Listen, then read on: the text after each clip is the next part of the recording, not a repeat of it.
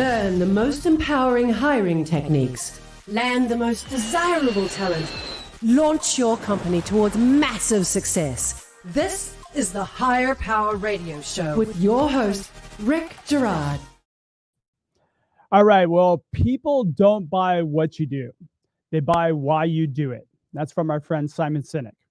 Now, how does this translate to your hiring? The simple answer is that your company's why is the one thing that differentiates whether a person joins for the paycheck or something bigger. Because it's more important to them. It's the what's in it for me. The right person, right seat needs to happen every time. Your company depends on it. So when we hire solely for skills, we experience the wrong person, right seat more than 51% of the time. When we hire for values first and skills second, it moves us closer to the 75% success rate. In addition, when we are in alignment with the why, the probability for hiring success skyrockets to the over 95 percentile. This is how everyone wins. The right person in the right seat every time. I'm Rick Girard, and welcome to the Higher Power Radio Show. We help entrepreneurs and executives win the strongest hires.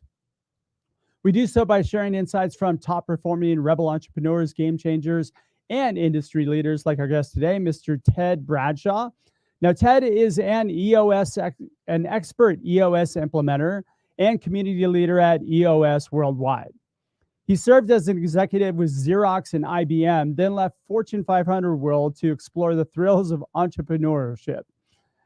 What he found was a long string of success that looked great on the surface, but underneath it all, he felt anxious, exhausted, stressed, chasing money wherever it led, and wondering why he never felt fulfilled. I know that one, buddy.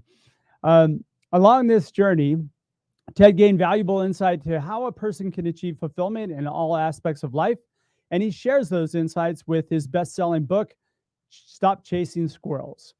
Today, Ted lives his passion in helping others find theirs. A leading proponent of the entrepreneurial operating system, Ted is a speaker, author, and EOS implementer, and the community leader for EOS Worldwide, which is what makes Ted the perfect expert for today's topic. Ted, welcome to the Higher Power Radio Show today. Rick, thanks so much for having me. It is great to see you and thrilled to spend some time with you. And thanks for that overly generous intro, by the way. It's funny. I was thinking of all those frustrations you went through. I was like, or actually leaving the corporate world and, being an entrepreneur. I'm like, oh, you sucker. You guy did. But good for you. Good for you. So today we're going to discuss the importance of aligning with why, right? So we're going to talk about why alignment is critical. And then we're going to talk about how to hire a person that aligns most with your company's why. Sound like a plan? Sounds like a great plan. Love it. All right, perfect. All right. So we always like to start out with kind of the challenge that you're seeing today. And you work with a lot of companies, so I'm sure you got a lot of great insight on this. But what is the main kind of challenge that most companies that you see are having in this alignment of why? So there's something in EOS language we call the issues list, Rick, and this is an issues list that's just the running stuff of what's going on. What do we need to deal with? Here are the top 3 issues I see right now consistently, in no particular order. Inflation is on the issue list, supply chain is on the issue list, and people are on the issue list. And if you look at those, it never goes off the issue list, does it? Bingo. That's just it. A quarter from now, supply chain might be replaced by the recession fears, right? And inflation may be replaced by something else, but people never leaves the list. Absolutely. God, that's so funny because that's every time I have conversation with people, they talk about the biggest problem being people. If there weren't any people, we would probably have no issues. You know what? You might have a point. So, I don't know if that's a good solution. Yeah, right. That you might like threaten a cataclysmic event right there. So Maybe better be I'm hoping careful. that didn't happen. We better be careful. So what do organizations need to do? Well, they've got to double down. I think the good ones that on what they've probably already been doing, and you highlighted this in the intro. We need right people, right seats, and that is absolutely something that this is not new. Jim Collins coined this term in Built to Last in the early '90s, and ever since then, it's been a mantra for if we're going to execute on our business plans and vision, we had better have the right people in the right seats on the bus, is the Yeah. way Jim put it. And so that has to continue, and that's definitely a big piece of what companies have to keep their focus on. I'd love to say that that's enough, but it isn't anymore. Well, let's get, we're getting into kind of the how-to, and we'll talk about the second part of the show, but I want to talk about like really, again, these challenge points. Yes, people are always on it, but like what is the challenge point for companies and how they're viewing things, or how they're dealing with people? Like where are they missing the mark? So I think there's this hope that it's sort of like the field of dreams. If we build it, they shall come, right? It's this whole idea of, hey, we just have to have a galvanizing vision and a real inspiring purpose, and we just have to sit back and just put the ad out, and people will just show up. And all these And unicorns will just flood our inbox. yeah, because who wouldn't want to work for us, right? Who wouldn't want to work for us? And although this may have been true, actually, for a good portion of the last, well, really since World War II, when all of those baby boomers coming out of World War II really led to unparalleled prosperity, certainly in the West, and now even globally, right? If you start to see some of the different topic, but some of the developing countries starting to also participate. It used to be there were plenty of workers, there were plenty of people, and the economies were growing, et cetera, et cetera. That demographic shift is happening. So we're seeing those baby boomers entering retirement, and those are often our leaders. Those have been, leading in leading positions, and so we have to replace them. And there aren't as many of the generation behind them, the Gen Xers, so that's just naturally going to leave some gaps. And then we have this wonderful experience called COVID that opened a lot of our eyes to what the workplace of the future might look like. And it's really changed the landscape on where people want to work, how they want to work, why they work, and who they're prepared to work for. And all of those forces make it challenging to find those unicorns, as you mentioned.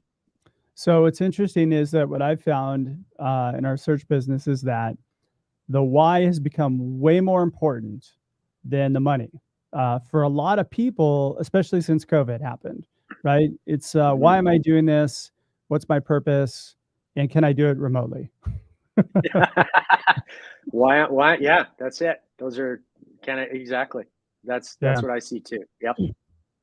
Well, I see a lot of companies that are missing the mark on their why, but also I see a lot of companies that are missing the mark on their core values, so to speak. I mean, I think, again, now there's a really good opportunity for us with a lot of the adjustment went on to create a language, to be running the organization in such a way where the values are driving the why. And I don't think a lot of us look at it that way. I think we look at the what, as opposed to like, let's start with why and move outward, right?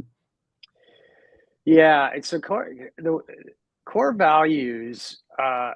Here's the great thing about core values: if you are honest about them, and you are authentic in your in the way you communicate them, and in the way you derive them, then you can't go wrong. Like, you really can't go wrong if what you define as your really the core of the organization, the people, and what that organization and the people stand for, it doesn't mean that everybody's gonna align with that. It doesn't mean that everybody has to connect with that, but those that do will find an authentic place to call home.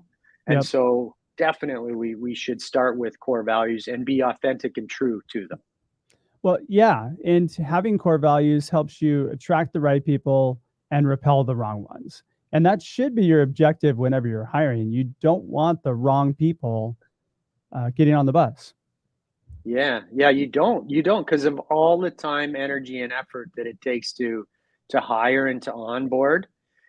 I often get asked, what's a great interview question or series of questions so that we can try to compel somebody to come work for us?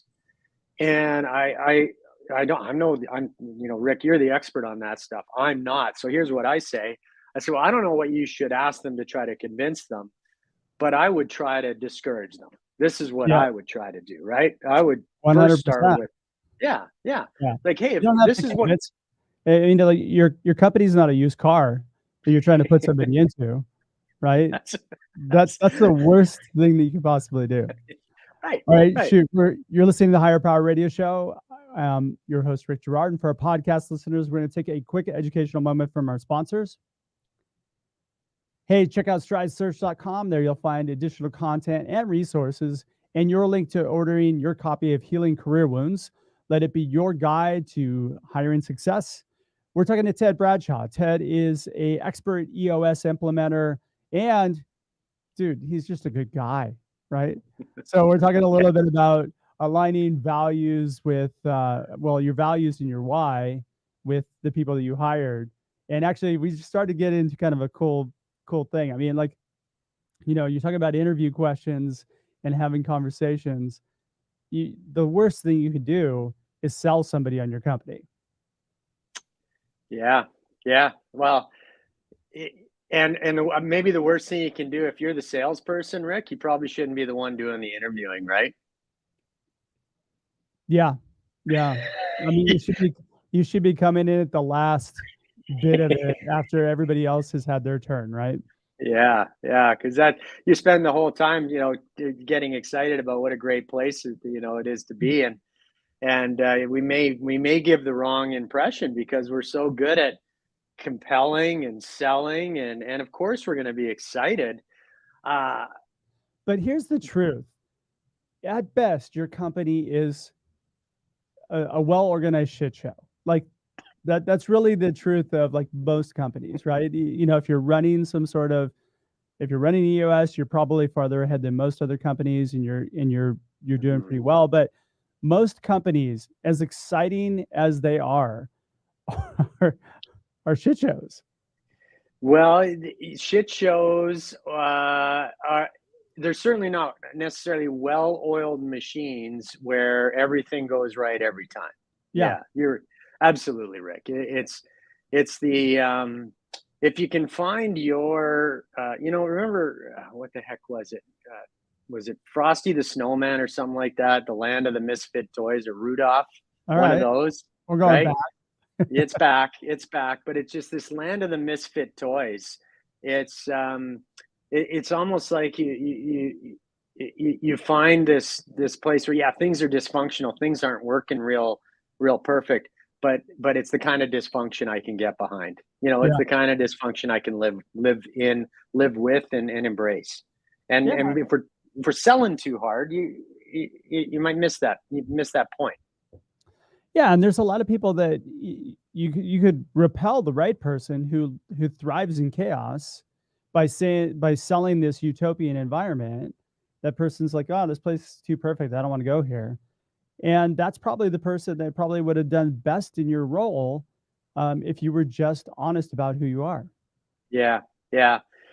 And it also helps when you are disciplined about hiring to those core values, and you start to create your organization, whether you're an organization of 10, 100, 1,000, or 10,000.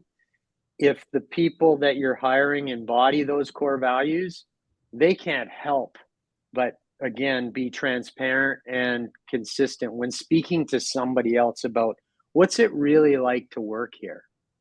And when you share the core values, you can share some of the ugly things, some of the parts of the shit show. But when you do that from a place of, that's our culture though, right? This is our family. It's a dysfunctional family, but we love each other.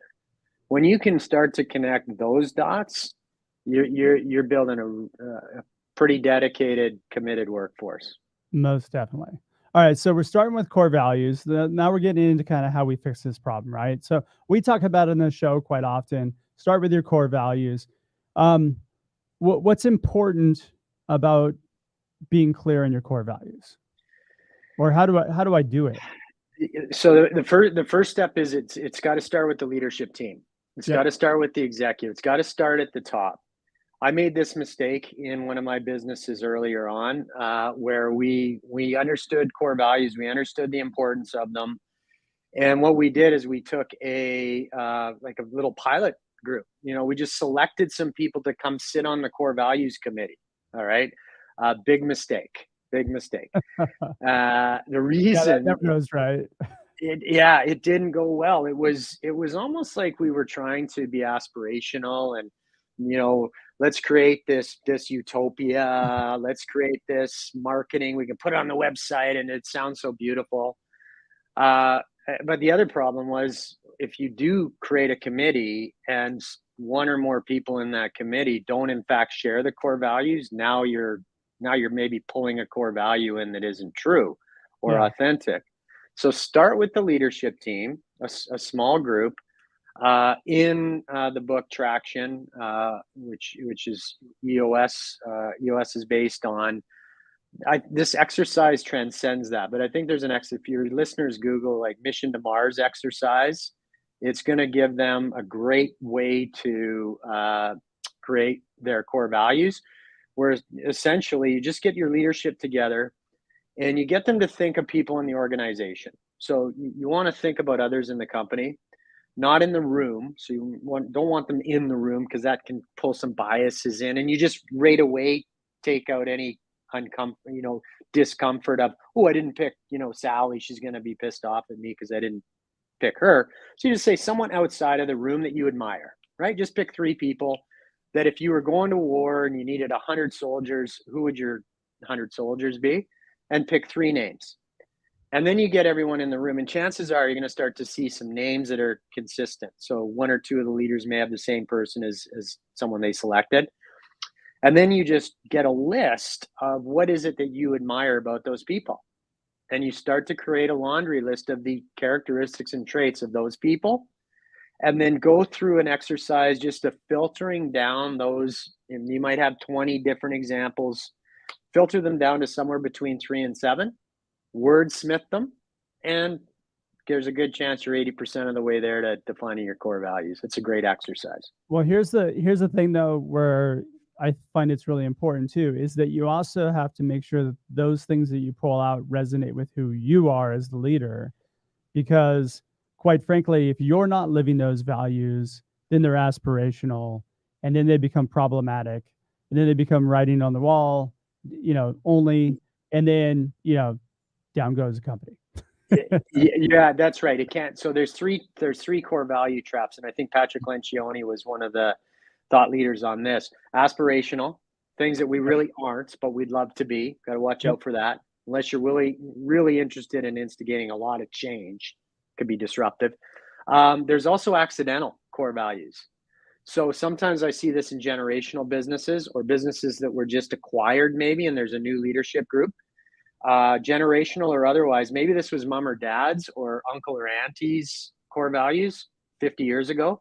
They no longer apply. So we have to watch out for those accidental values that get pulled through. I almost feel like most companies are accidental core values. Like they don't, like, I mean, you have core values, whether or not you write them down or live them, right? But there is a way in which people act and how things are done within the organization. Those are probably accidental, right? They very well could be, especially if you've got some longstanding employees that remember the good old days. Oh yeah. And we haven't really changed or articulated the change. So watch out for that. So there's aspirational, accidental, and then the third is what we call permission to play. These are those you and everybody else, right? Like, don't say you're the hardest working team in the world unless you are the hardest working group in the world, right? I also try to get my teams to shy away from these, integrity, honesty, Yeah. right? Like, who wouldn't expect honesty? This is kind of table stakes, unless you're, in some underworld criminal organization, maybe, Well, maybe, that's good. right?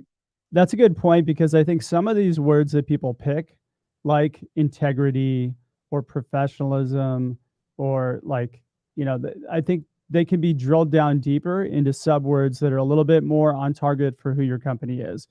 Enron's number one core value, by the way, was integrity. Right. So Right. Yeah. Yeah. I'm Utter sure that bullshit. was aspirational. Yeah. It was aspirational, or it was like a deflection. It was some kind of, Agreed.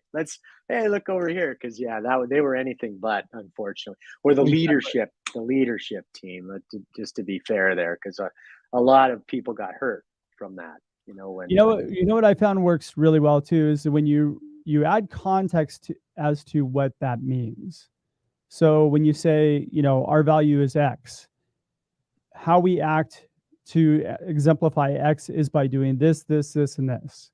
And, actually tagging measurables to that core value, so that essentially you can say, hey, does Joe live our core value of X? Well, yeah, he does. And here's why. Like, and you could actually point out 3 different ways in which that person does, rather than kind of, well, I don't know, maybe sometimes he does, sometimes they don't, like that's yeah, always kind of a, so if you have clear language around it, it becomes much easier for you to be able to evaluate people and score them right on your scorecard, or you, whatever you're using to evaluate them. you absolutely have to be 100. Yeah, you 100% have to explain these. And here's why. I've got a lot of teams that I've probably got, I don't know, half a dozen different companies. Each of them have a core value called do the right thing. So Yeah, that's their core value, do the right thing. that one's very common, by the way. So you've seen it too. Oh, a million It, times. it'll mean different things in different companies. And Yeah, so that's why we absolutely have to say one of our core values is do the right thing. And then there's got to be a story and yep, an analogy, right? An anti-value, what it isn't. All yeah. of these things are stories to help our people understand what we mean by do the right thing, for example. I like that point of the anti value, right? So like, Hmm. what it isn't is doing the right thing for ourselves, right? It's Yeah, doing the right thing for our customers and others, that sort of thing, that's right? it. That's it. Uh, Yeah, that's because yeah, yeah. Well, some believe that they are. They are actually embodying that core value, and they believe they are, exemplifying it. The behaviors are supporting it. It takes their leaders or their managers to say, "I don't think you understand what do the right thing means around here." And we just have to be really clear. And we have to give them examples too. This is where I yeah, see a failure of leadership, where we just sort of say, hey, that's not do the right thing, smarten up. yeah, And that's right. Okay. What do you mean? What do you mean? I thought it was do the right thing. What you have to say, look, this is why that's not doing the right thing. This, and really get specific with them yeah, so that they understand it. And then at the same time, we have to reward as well. Right? We have to encourage that when we see something that is aligned with the core value, we've got to let them know that was a great example of do the right thing. Keep yeah. it up. You see, one of ours is actually dig deeper, right? So like, Hmm. and we've differentiated that you want to go 5 levels under, right? So if you're not going 5 levels deep, you're not going deep enough. Ah, okay. Yeah. Yeah. Right? I love So I if we love it. understand, I mean, you can't understand things, in my mind, you can't understand things unless you really go underneath the hood and you go into the guts of the engine and figure out what's going on. So where are the real problems lying as opposed to, you know, where do we think that they, you know, lie? You know, just based on our own experience, right? Yeah, the symptoms, the symptoms. Yeah, yeah. I had a friend that used to say to me, diagnosis before, wait, no, it was prescription before diagnosis is malpractice. I like that. And that's what a sales call is most of the time too, right? Like, we've got this great product and, you know, or, hey, you should come work for my company. We got this great company. We're doing this, is, you know what I mean? So it feels like a sales call and it's really malpractice. Right. Yeah. Yeah, it is. And we're actually not helping ourselves, and we're not helping the job seeker. Right. Yeah. It really, it really has to be, we have to be prepared. We do have to be prepared to go without for a while, you Yeah. know, to take our time, rather than just filling a seat because it's empty. Well, that's the thing that kills us, right? I've got this open seat. I need to get it filled quickly. And so what's happens is, like, a lot of times things get circumvented. Like, let's just fast track this role, get the seat filled so we have somebody doing the work and we don't have that gap. We don't lose more people. You know what I mean? So, but bringing in the wrong person kind of creates more conflict, which perpetuates you losing other people, which kind of creates this vicious cycle, right? So taking your time is definitely critical here. So it is. Yeah.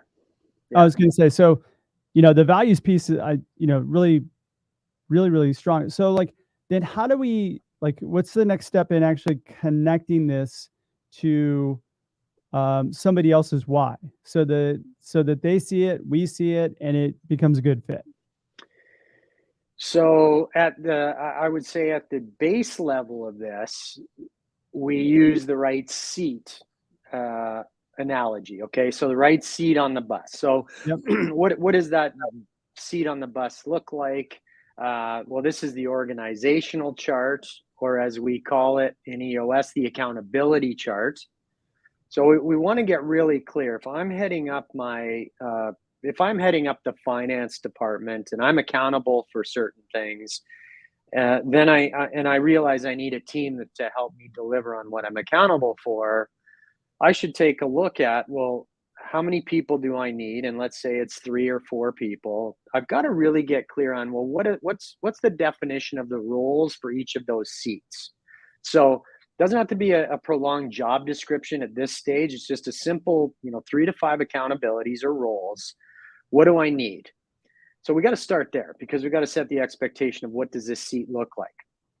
Now, when we've attracted people to the organization and we're ready to bring them in, we're comfortable that they're going to be a core value fit, we want to assess them against the seat. And the seat, those accountabilities, we just, do they have the skill set to do it? Do they have the experience to do it? Do they actually want to do it? All right. So these are all questions that are important for us to ask. EOS language we use for this is GWC. When you look at the roles, do they get it? Do the neurons connect? Do they understand the ins and the outs? Do they want to do the job? And do they have the capabilities? So skill, experience, training, etc. Yeah. Now, what if we're in great shape, then we find somebody that fits that seat like a glove, and that's wonderful when that happens. And that happens more often than you think when you put diligence into it, when you actually take your time doing it. You do have to take your time. Yes. Yeah. Now here's the little, and I'm going to come back to what happens later. Let's say what happens if you can't find them right away and they need to be trained or developed. We're going to talk about that. Or what happens when they're in that right seat, but there's changes because the organization's changing so quickly or the market's changing so quickly, and we need to develop our people, or maybe there's a slight change to the seat, so the GWC isn't there, quite fitting like that puzzle piece. Yeah. So I want to come back to that. But before we go there, just to address what you asked about, how do we connect the why? This is where I think the next step in right people, right seats connected to the organization's why. So you cited Simon Sinek at the beginning, and Simon he popularized this start with why, and he used Apple as the example. So if Sure. any of your listeners want to go YouTube it, they'll find it. It's probably his most popular. And it was pretty cool because it was like, well, why is Apple computers so important, like so successful? Is it because they know how to make computers? Is it, because of the basic things? And he really opened our eyes to, no, it's why they do what they do that makes them so special. So it got organizations thinking about their why and how does that apply to the market? How does that apply to their customers? How does that apply to what they want to do? What mark do they want to make in the world? And that's all good stuff. In EOS, we call that a core focus. Many organizations will call it a mission statement or a vision statement or something like that. What's important, though, now is to review that mission, review that core focus, and ask the question, where do our people fit into this mission? Where But in even our before why? you have people, right? Like getting people on board. And I think it's really important that we understand what their why is as well, right? Like you need to understand what a person's why is before you even make the hire, to ensure that, hey, we're in alignment here, right? If that person meshes with the mission of the company, the purpose, and their why is to work, they're actually in a point where they're positioned well for your organization. What they want is what you offer. Boy, that's so powerful. Yeah. So there's I think if we really get to dig deeper here, okay, if we dig deeper here, we start to see that the why of the organization is important, and it's important for our people to align with it and care about it. But we also have to realize that it's not going to be the end all and be all for them because they have a lot of other things going on in their lives. Yeah, and wise change. And wise change, exactly. Yeah. This is where the importance of helping our people understand their why takes us to the next level of engagement. I think it takes us to the next level of development. It's going to take us to the next level of really trying. I've been toying with this concept, Rick, from some of my past lives. I was in software development for a while, and one of the terms we use is minimal viable product. And minimal viable product is just simply, don't try to make your product perfect. Let's get it out there. Let's test it. Let's see what works, doesn't work. And then you iterate and you make changes on the fly. Yep. Well, that works for software development, maybe other types of development. What we're not wanting is minimal viable person or minimal viable people. Right? I would challenge that argument because, like, if you think about it, most startup companies that are software companies fail. So if you're building an MVP and that works, then would more software companies succeed? I don't know. I'm just saying. Okay. All right. I read the Lean Startup too. I'm right there with you. It might be me. I think with one of my businesses, we didn't iterate fast enough. We were waiting for too much perfection, and that it was kind of slow for us to change. But different podcast or a different topic for your podcast. But you know what, Ted? Shoot, I hate to do this, but we're getting pretty close on time. So okay. All right. What would be 2 or 3 key takeaways you can give the audience that can plug into the business today? All right. So number one, just continuing off from where we're leaving off here. Get really clear on. So we talked about core values. We talked about putting the right person in the right seat. Make sure your mission contemplates your people in there somewhere. Next level stuff, though, now, Rick, is start to ask the question: do we know our people's purposes? Do we know their why? If we can start to unpack that, now we're on to something. So I would encourage your listeners to start to ask the question, first of all, do they know their why as leaders, not the companies, but their own? And then with that clear, have a conversation. Do they understand their employees' whys? That is so important. Like that individual why and your company why, I think is so critical that that it helps to attract and repel the wrong people, right? So, Sure. Ted, thanks so much for your time investment today, and I want to welcome you to the Higher Power Radio community. Now, what would be the best way in which members of the audience can find you and find out more about what you do? Fastest way is www.tedbradshaw.com. All my socials are on there. You reach out on LinkedIn, find me on Ted Bradshaw. All the socials, you'll find me either Ted Bradshaw or Ted Bradshaw Co. C-O. All right. Well, I want to thank our listening audience for tuning in to this week's episode of Higher Power. Quick thanks to our team, Brian Colburn, Andrea Ballin, and Ayla Gerard. If you're listening to the podcast, please subscribe, review, and share. After all, this show's for you. And we want to continue to bring you valuable content week after week. You can join the Higher Power Radio community at Higher, H-I-R-E, Power, P-O-W-E-R, radio, R-A-D-I-O.com, or you can drop me an email at rick@stridesearch.com. Tune in next Tuesday. We're going to have another value-driven episode of Higher Power Radio. I'm your host, Rick Gerard, and you have been listening to the Higher Power Radio Show. Aloha. Thank you for listening to Higher Power Radio. Catch our LinkedIn Live show every Tuesday at noon, or download the podcast on iHeartRadio, iTunes, YouTube, or your favorite podcast platform. We appreciate you joining us on Higher Power Radio with your guide to hiring success, Rick Gerard.